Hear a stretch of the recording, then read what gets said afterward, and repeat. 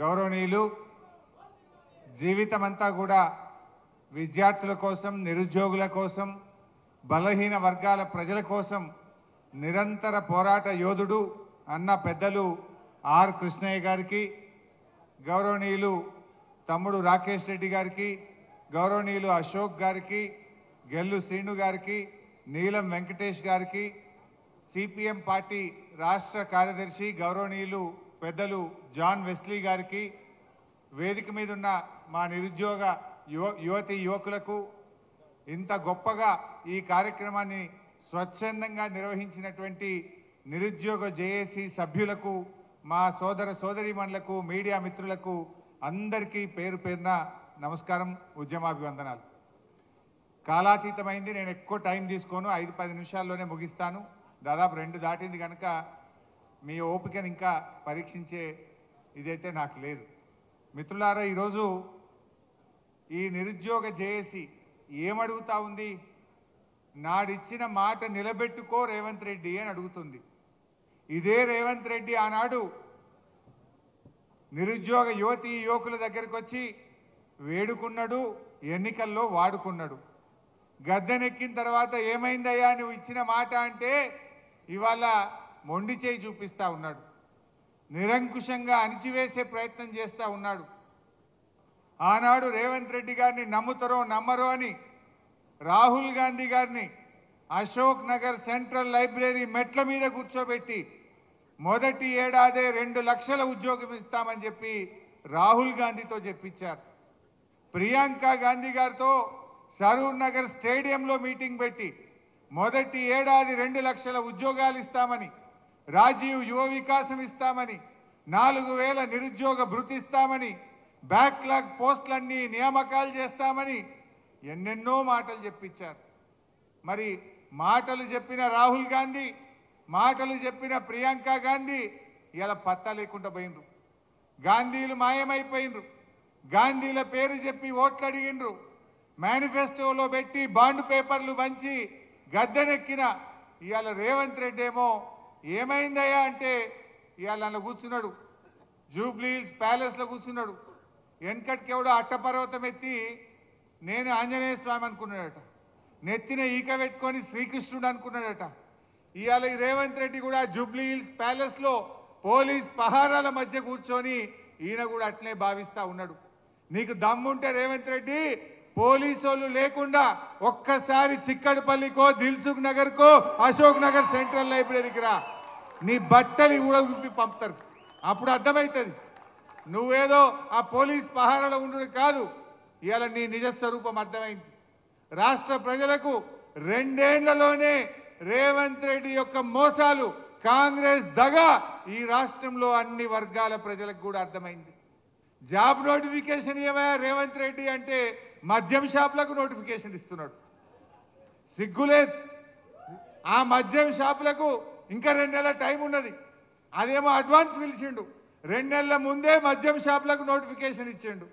Job notification ఆనాడు అసెంబ్లీలో BRS party ఏమైంది నీ జాబ్ క్యాలెండర్ అని నిలదీసింది. మేం గట్టిగా పట్టుబడితే ఓ జాబ్ క్యాలెండర్ని పెట్టిండు, మాట్లాడకుండానే అసెంబ్లీ వాయిదా వేసుకొని పారిపోయింది. గన్ పార్క్ దగ్గర పోయి ధర్నా చేసినాం ఆ రోజు బీఆర్ఎస్ ఎమ్మెల్యేలం. ఏంది ఈ జాబ్ క్యాలెండర్, ఈ దగా క్యాలెండర్ ఏంది అని అడిగినాం. పోనీ అదన్నా నిలుపుకున్నారా? అందులో ఉద్యోగాల సంఖ్య లేదు, డేట్లు మాత్రం పెట్టిండ్రు. ఆ ఒక్క డేట్ అన్నా, ఒక్క నోటిఫికేషన్ అన్నా ఇచ్చినవా రేవంత్ రెడ్డి అని నేను అడుగుతా ఉన్నా. జాబ్ క్యాలెండర్లో చెప్పినట్టు ఒక్క నోటిఫికేషన్ కూడా కాంగ్రెస్ పార్టీ ఈ రోజు వరకు ఇవ్వలేదు. అంటే మనకు ఎన్నో మాటలు ఇచ్చారు. 2 లక్షల ఉద్యోగాలు బోగస్, 4000 నిరుద్యోగ భృతి బోగస్, మెగా డిఎస్సి బోగస్, అదేవిధంగా రాజీవ్ యువ వికాసం అన్నారు, అదో బోగస్.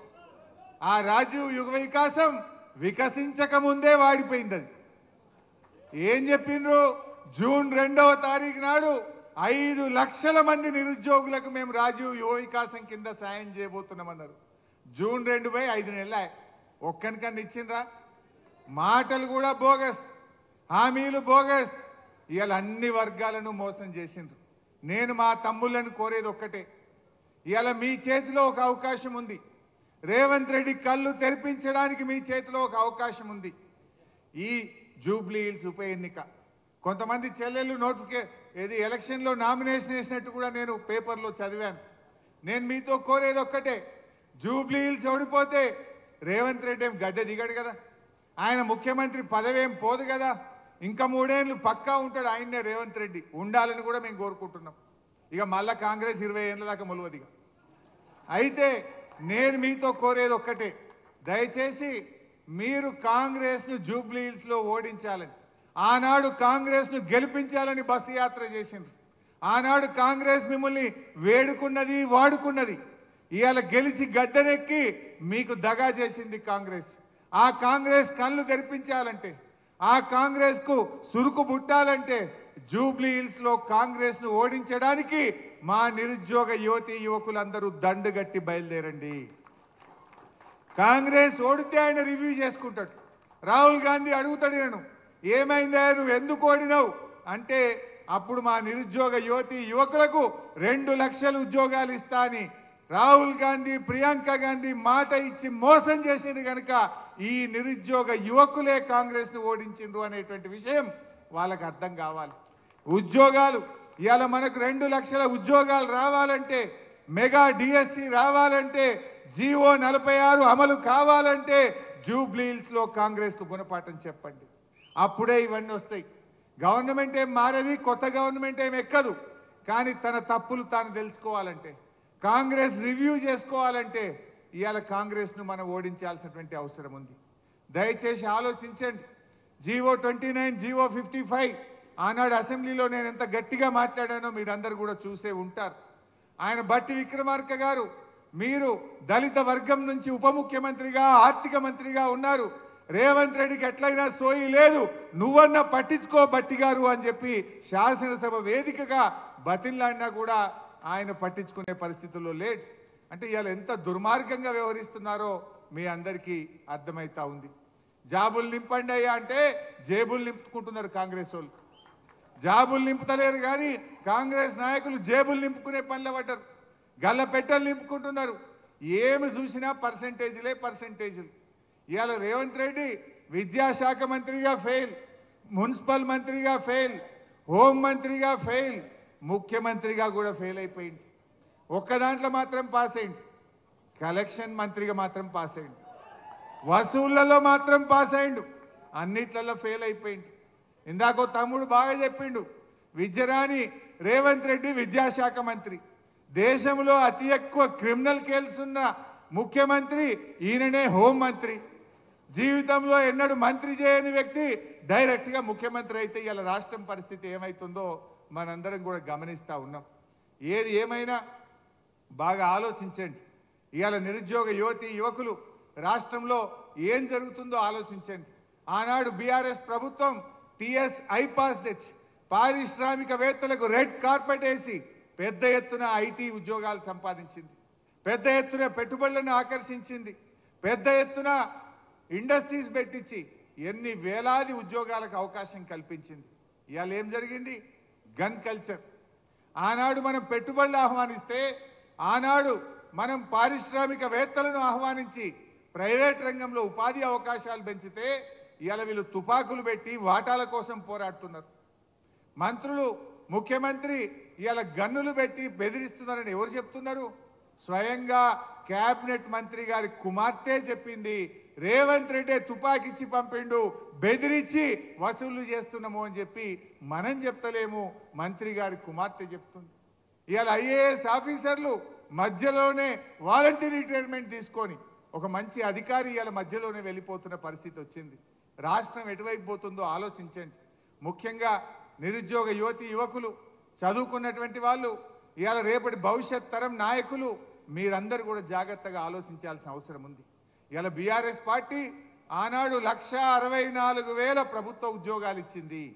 కాకపోతే మేము చెప్పుకోలేకపోవచ్చు, కాకపోతే మీరు ఆశించినంత స్థాయిలో చేయలేకపోవచ్చు. గ్రూప్ 1, గ్రూప్ 2 ఆ రోజు ఆలస్యమైంది. కారణం ఏంటంటే 2 ఏళ్ళు కరోనా. మేము 95% లోకల్ రిజర్వేషన్ రావాలి, ఎందుకంటే 40% ఇతర రాష్ట్రాల వాళ్ళు గ్రూప్ 1లో వస్తే మన పిల్లలకు అన్యాయం అవుతుందని చెప్పి 95% రిజర్వేషన్ కోసం కేసీఆర్ గారు కేంద్రం మీద ఒత్తిడి పెట్టి 2 సంవత్సరాలు కష్టపడి ఆ లోకల్ రిజర్వేషన్ మనం సాధించాం. ఇందాక మిత్రులు చెప్పారు రేవంత్ రెడ్డి ఉద్యోగాలు ఇచ్చినా అంటుండు. ఆయన ఇచ్చిన వాటిల్లో నోటిఫికేషన్ ఇచ్చింది బీఆర్ఎస్, పరీక్ష పెట్టింది బీఆర్ఎస్, ఫిజికల్ టెస్ట్ పెట్టింది బీఆర్ఎస్, ఫలితాలు ఇచ్చింది బీఆర్ఎస్, కాయిదాలు వంచింది రేవంత్ రెడ్డి. అది 60,000 ఇచ్చినా అంటాడు. ఎస్ఐ కానిస్టేబుల్ ఉద్యోగాలు బీఆర్ఎస్ ప్రభుత్వమే అన్ని పరీక్షలు నిర్వహించిన 15,400 ఉద్యోగాలు బీఆర్ఎస్ నోటిఫికేషన్ ఇచ్చింది. 9,000 గురుకుల ఉద్యోగాలు బీఆర్ఎస్ నోటిఫికేషన్ ఇచ్చింది. 8,000 గ్రూప్ 4 ఉద్యోగాలు బీఆర్ఎస్ నోటిఫికేషన్ ఇచ్చింది. అదేవిధంగా హెల్త్ డిపార్ట్మెంట్లో స్టాఫ్ నర్సులు, పారామెడికల్ సిబ్బంది 7,000 ఉద్యోగాలు బీఆర్ఎస్ ఇచ్చింది. జేఎల్ 1,300 బీఆర్ఎస్ ప్రభుత్వం ఇచ్చింది. 6,000 డిఎస్సి ఉద్యోగాలు బీఆర్ఎస్ ప్రభుత్వం ఇచ్చింది. ఇవన్నీ బీఆర్ఎస్ ప్రభుత్వమే నోటిఫికేషన్లు ఇస్తే వాటికి కాయిదాలు పంచి నేను ఉద్యోగాలు ఇచ్చిన అంటాడు. అచ్చంగా కాంగ్రెస్ నోటిఫికేషన్ ఇచ్చి కాంగ్రెసే ఉద్యోగాలు ఇచ్చింది. కేవలం డిఎస్సిలో 5,000 ఉద్యోగాలు మాత్రమే. దానికి 60,000 70,000 ఇచ్చినామని ఇవాళ అబద్ధాలు చెప్తూ గోబల్స్ ప్రచారం చేస్తూ ఉన్నారు. నిజాలు ఎప్పటికైనా నిజాలే ఉంటాయి. ఎంతకాలం మోసం చేయలేవు, ఒకసారి చేయగలుగుతావు. ఇవాళ నీ నిజస్వరూపం బయటపడ్డది రేవంత్ రెడ్డి. ఇప్పటికైనా మేలుకో. నిరుద్యోగ యువకులకు ఇచ్చిన హామీ ప్రకారంగా వెంటనే 2 లక్షల ప్రభుత్వ ఉద్యోగాలను భర్తీ చేయాలని ఈ వేదిక నుంచి మీ అందరి పక్షాన డిమాండ్ చేస్తా ఉన్నాం. తమ్ముళ్ళకి మేము ఇచ్చే హామీ ఒకటే, తప్పకుండా అసెంబ్లీలో రేవంత్ రెడ్డి ప్రభుత్వాన్ని ప్రశ్నిస్తాం. మొన్న అడిగాం అసెంబ్లీ పెట్టవయ్యా అంటే ఒక్కటే నాడు ఆదివారం పెట్టిండు పోయిండు. ఒక్కటే రోజు పెట్టారు ఎవడన్నా అసెంబ్లీ? ఒకటే నాడు పొద్దున పెట్టిండు, సాయంత్రం బంద్. అది కూడా కాళేశ్వరం కమిషన్ అని ఏదో తిట్టాలి, బురద జల్లాలి, పోవాలి. ప్రజా సమస్యల మీద మాట్లాడదామయ్యా, అసెంబ్లీ పెట్టవయ్యా రేవంత్ రెడ్డి అంటే ఒక్కటే నాడు ఆదివారం పెట్టిండు. అంటే ఎంత భయపడుతుండు, అసెంబ్లీ పెట్టడానికి కూడా భయపడుతున్నాడు. తప్పకుండా కాంగ్రెస్ మీద ఒత్తిడి పెంచుతాం.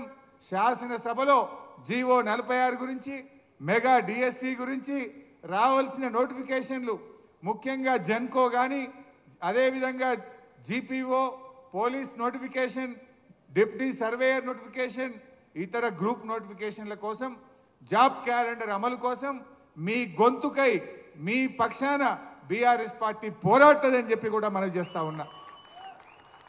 ఒకవేళ దిగి రాకపోతే ఇవాళ ఇది ప్రారంభం మాత్రమే.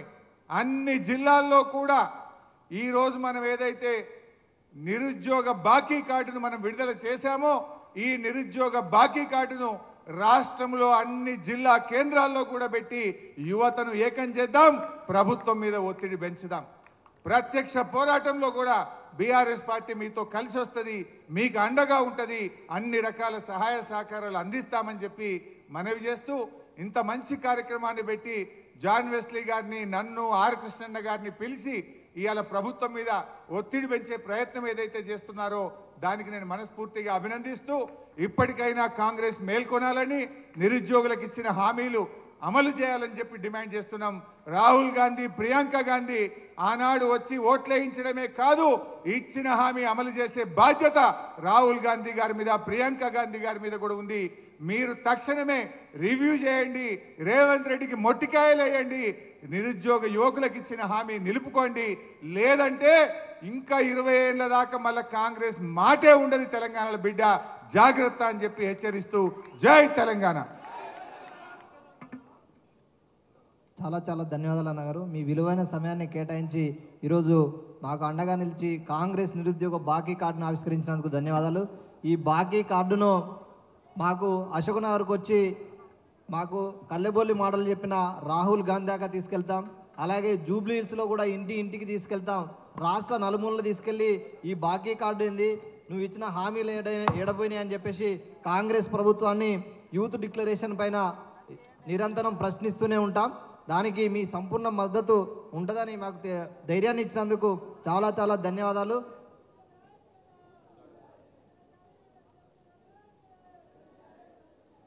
ఈ కార్యక్రమాన్ని ఇంత అద్భుతంగా తీర్చిదిద్దడానికి మాకు సహకరించినటువంటి